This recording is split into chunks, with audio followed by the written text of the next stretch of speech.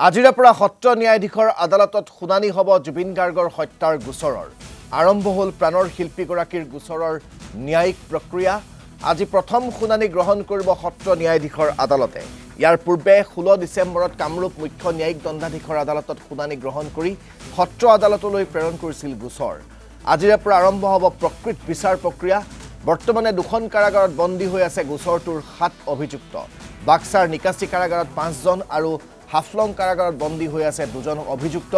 নিকাচি কাৰাগাৰত বন্দী হৈ আছে শ্যামকানু মহন্ত সিদ্ধাৰ্থ শৰ্মা সন্দীপন গাৰ্গ পৰেশ বৈশ্য আৰু নন্দেশ্বৰ বৰা তাৰ বিপৰীতে বাক্সাৰ নিকাচি কাৰাগাৰৰ সমান্তৰালকৈ হাফলঙৰ যি কাৰাগাৰ সেই কাৰাগাৰত বন্দী হৈ আছে শেখৰ জ্যোতি গোস্বামী আৰু অমৃত প্ৰভা মহন্ত এই 7 অভিযুক্ত যি অভিযুক্তৰ বিচাৰ প্ৰক্ৰিয়া ইতিমধ্যে আৰম্ভ হৈছে আৰু সেই জুবিন গাৰ্গৰ হত্যাৰ গোচৰৰ যি ন্যায়িক প্ৰক্ৰিয়া সেই প্ৰক্ৰিয়া ক'বলৈ গ'লে প্ৰকৃত যিটো বিচাৰ প্ৰক্ৰিয়া হ'ব সেয়া আজিৰ পৰা আৰম্ভ হ'ব আৰু ইতিমধ্যে সেই গোটেই প্ৰক্ৰিয়াটো আগবঢ়াই নিবৰ বাবে ন্যায়ালয়ে সাজু হৈছে সত্ৰ ন্যায়াধীশৰ আদালতত সেই গোচৰৰ ন্যায়িক প্ৰক্ৰিয়া চলিব যেহেতু জুবিন গাৰ্গক হত্যা কৰা হৈছে বুলি চাৰ্জশ্বিটত এক প্ৰকাৰ উল্লেখ কৰি গোটেই এছআইটিৰ যিটো তদন্ত সেই তদন্তৰ প্ৰতিবেদন দাখিল কৰা হৈছে আৰু সেই তদন্তৰ প্ৰতিবেদন অনুসৰিয়ে এই অভিযুক্তসকলৰ বিৰুদ্ধে এতিয়া আইনী প্ৰক্ৰিয়া আগবঢ়াই নিব সত্ৰ ন্যায়াধীশৰ আদালত আমি গোটেই বিষয়টোৰ সবিশেষ জানিবৰ বাবে এই মুহূৰ্তত আমাৰ সতীৰ্থ অনুপ জ্যোতিনাথৰ কাষলৈ পোনপটীয়াকৈ আপোনালোকক লৈ যাব বিচাৰিছোঁ অনুপ আজিৰে পৰা জুবিন গাৰ্গৰ হত্যাৰ গোচৰৰ প্ৰকৃত যিটো বিচাৰ প্ৰক্ৰিয়া সেই প্ৰক্ৰিয়া আৰম্ভ হ'ব বুলি এক প্ৰকাৰ ক'ব পাৰি আৰু সেই অনুসৰি আজি প্ৰথমটো ন্যায়িক প্ৰক্ৰিয়াৰ প্ৰথমটো খোজ বুলি ক'ব লাগিব কাৰণ আজি প্ৰথম শুনানি গ্ৰহণ কৰিব সত্ৰ ন্যায়াধীশৰ আদালতে গোটেই বিষয়টো সন্দৰ্ভত মই আপোনাৰ পৰা জানিব বিচাৰিম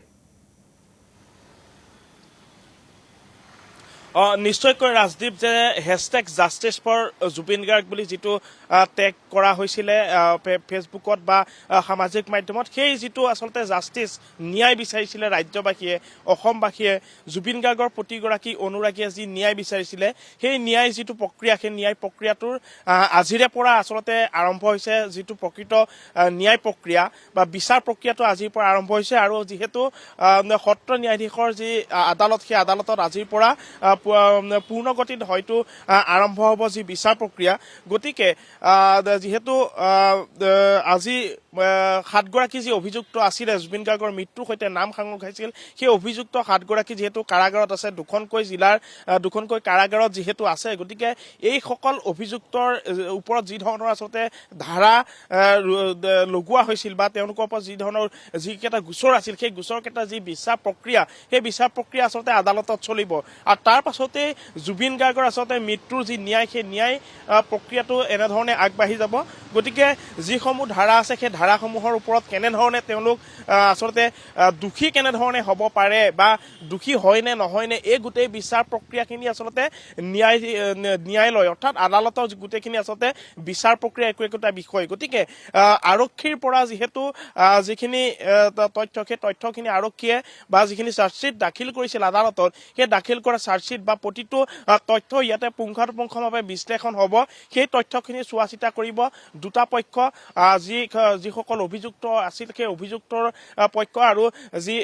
আৰক্ষীৰ ফালৰ পৰা যি ধৰণৰ আচলতে তথ্যখিনি দিছিলে এই দুইটা আচলতে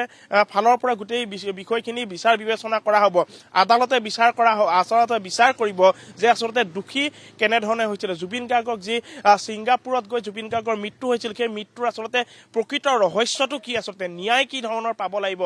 জুবিন গাৰ্গৰ যিটো মৃত্যু হৈছিল সেই মৃত্যুৰ সৈতে এইসকল যি অভিযুক্তৰ নাম সাঙুৰ খাইছিল সেয়া লাগিলে সিদ্ধাৰ্থ শৰ্মাই হওক সেয়া লাগিলে শ্যামকানু মহন্ত হওক অমৃত প্ৰভা মহন্ত হওক বা শেখৰ জ্যোতি গোস্বামী বা আন এগৰাকী জুবিন গাৰ্গৰ যি আত্মীয় আছিল সেই আত্মীয়গৰাকী এই গোটেই কেইজন আৰু সমান্তৰালকৈ দুগৰাকীকৈ দেহৰক্ষী আছিলে জুবিন গাৰ্গৰ এই গোটেই বিষয়খিনি যে দেহৰক্ষী কেইগৰাকীৰ যি আৰ্থিক লেনদেনৰ বাবে তেওঁলোক যিহেতু অভিযুক্ত হিচাপে বৰ্তমান কাৰাগাৰত আছে গতিকে এই 7 গৰাকী যি অভিযুক্ত আছিল সেই অভিযুক্তসকলৰ ওপৰত যি ধৰণৰ ধাৰা ৰুজু কৰা হৈছিল সেই ধাৰাসমূহৰ ওপৰত যিখিনি গোচৰ আছিল সেই গোচৰৰ ওপৰত এই আদালতৰ মজিয়াত আচলতে বিচাৰ চলিব গতিকে বিচাৰৰ অন্তত আচলতে দীঘলীয়া এটা যিহেতু বিচাৰ প্ৰক্ৰিয়া গতিকে বিচাৰ প্ৰক্ৰিয়াৰ যেতিয়া শেষ হ'ব তাৰ পাছতহে আচলতে স্পষ্ট হ'ব যে জুবিন গাৰ্গৰ আচলতে মৃত্যু কেনেকৈ হৈছিল কিয়নো যিসমূহ আৰক্ষীয়ে যিসমূহ তথ্য দাখিল কৰিছে সেই তথ্যখিনিতেই আচলতে জুবিন গাৰ্গে ন্যায় নাপায় সেই তথ্যখিনিৰ ওপৰত যেতিয়া বিচাৰ বিশ্লেষণ চলিব যেতিয়া আদালতৰ মজিয়াত সেইখিনি পৰীক্ষা নিৰীক্ষা চলিব বা সেইখিনিৰ ওপৰত যেতিয়া বিচাৰ চলিব তাৰ পাছত আচলতে ফলাফলটো কেনেকুৱা ধৰণৰ হ'ব যে জুবিন গাৰ্গৰ মৃত্যুৰ সৈতে যিহেতু নাম সাঙুৰ খোৱা অভিযুক্তসকলৰ ওপৰত যি ধৰণৰ গোচৰ ৰুজু কৰা হৈছিল সেই ৰুজু কৰা গোচৰসমূহ আচলতে প্ৰকৃততে তেওঁলোকৰ ওপৰত সেইখিনি সেই ধাৰাখিনি তেওঁলোকৰ ওপৰত প্ৰযোজ্য হয় নে নহয় এই গোটেই বিষয়খিনিৰ ওপৰত যি বিচাৰ প্ৰক্ৰিয়া সেই বিচাৰ প্ৰক্ৰিয়া চলিব আৰু তাৰ পাছতহে আচলতে জুবিন গাৰ্গৰ যিটো ন্যায় সেই ন্যায়ৰ গোটেই বিষয়টো আচলতে স্পষ্ট হ'ব যে আচলতে জুবিন গাৰ্গৰ যি মৃত্যু সেই মৃত্যুৰ বাবে আচলতে কোন দোষী জুবিন গাৰ্গক যিহেতু এক প্ৰকাৰে স্পষ্ট আৰু এক প্ৰকাৰে যেন এয়া সত্য যে যিসকল ইয়তত আছিল সেই ইয়তত থকা সকলে জুবিন গাৰ্গৰ যিহেতু পানী আৰু জুইৰ বাবে জুবিন গাৰ্গ অতি ভয় আছিলে গতিকে তাৰ পাছতো যিগৰাকী জুবিন গাৰ্গৰ মেনেজাৰ আছিলে সিদ্ধাৰ্থ শৰ্মা তেওঁ কিহৰ বাবে পানীত নমাৰ বাবে অনুমতি দিছিল নেকি বা তেওঁ পানীত নমাৰ বাবে তেওঁক কিছু সহযোগিতা কৰিছিল নেকি এই গোটেই বিষয়খিনিৰ ওপৰত প্ৰক্ৰিয়া যিটো আছে সেই বিচাৰ প্ৰক্ৰিয়াখিনি চলিব আৰু সমান্তৰালকৈ ইয়তত যিসকল আছিলে সেই ইয়তত থকা সকলৰ কেনেধৰণৰ জুবিন গাৰ্গৰ মৃত্যুৰ লগত তেওঁলোক কেনেধৰণে জড়িত এই গোটেই বিচাৰ প্ৰক্ৰিয়াখিনি চলিব গতিকে তাৰ পাছতহে গোটেই বিষয়খিনি স্পষ্ট হ'ব যে জুবিন গাৰ্গৰ আচলতে মৃত্যু কিয় হ'ল জুবিন গাৰ্গৰ মৃত্যুৰ যিহেতু 103 যিটো ধাৰা লগোৱা হৈছে যে মাৰ্ডাৰ অৰ্থাৎ জুবিন গাৰ্গক হত্যা কৰা হৈছিল গতিকে প্ৰকৃততে জুবিন গাৰ্গক হত্যা কৰা হৈছিল নে জুবিন গাৰ্গৰ মৃত্যু আচলতে জুবিন গাৰ্গৰ দুৰ্ঘটনা যিটো সংঘটিত হৈছিল সেই দুৰ্ঘটনাতে মৃত্যু হৈছিল বা জুবিন গাৰ্গক হত্যা কৰা হৈছিল বুলি যিহেতু মুখ্যমন্ত্ৰীৰ মুখৰ পৰা যিটো কথা ওলাইছিল আৰু তাৰ পাছতে 103 যিটো ধাৰা সেই ধাৰাটো ৰুজু কৰা হৈছিল বা তেওঁলোকৰ ওপৰত লগোৱা হৈছিল গতিকে এই যি 4 গৰাকী বা 5 গৰাকীৰ ওপৰত যি ধৰণৰ 103 যিটো ধাৰা লগোৱা গৈছিল সেই ধাৰাটো তেওঁলোকৰ ওপৰত প্ৰযোজ্য হয় নে নহয় সেই ধাৰাটোৱে তেওঁলোকক দোষী হিচাপে চিনাক্ত কৰিব নে নকৰে এই গোটেই বিষয়খিনি কিন্তু বৰ্তমান আদালতৰ বিষয় আৰক্ষীয়ে প্ৰায় 3 মাহৰ যিটো তেওঁলোকৰ সময় আছিলে সেই সময়সূচী অনুসৰি তেওঁলোকে 300ৰো অধিক যিসকল ব্যক্তিৰ পৰা তেওঁলোকে ভাষ্য গ্ৰহণ কৰিলে সাক্ষ্য গ্ৰহণ কৰিলে তাৰ পাছত সেই ভাষ্য আৰু সাক্ষ্য গ্ৰহণ কৰাৰ পাছত ফলাফল কেনেকুৱা হ'ল চাৰ্জশ্বিটত